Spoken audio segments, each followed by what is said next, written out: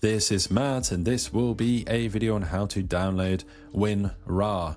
Now, I've always called it WinRAR. I've never actually heard anyone say this, but you can find the downloads location at win-rar.com/download. Now, it's a bit of a mouthful, that URL, so I'll include that URL as a link in the video description just below this video, so you can just click on that link and wind up here.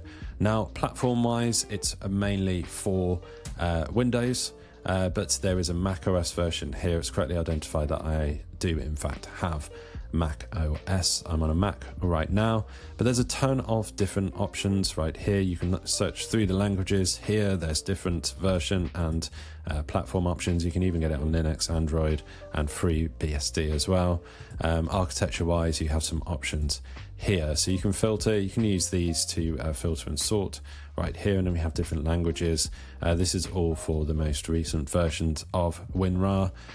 Once you've found the version that you want, you're literally just going to click to download. I have this version right here, so once I click the Mac OS version, we get the steps appear right here. I'm just going to X out of that, but you see that the icon went flying up there, which is the universal symbol on a Mac that something has been downloaded.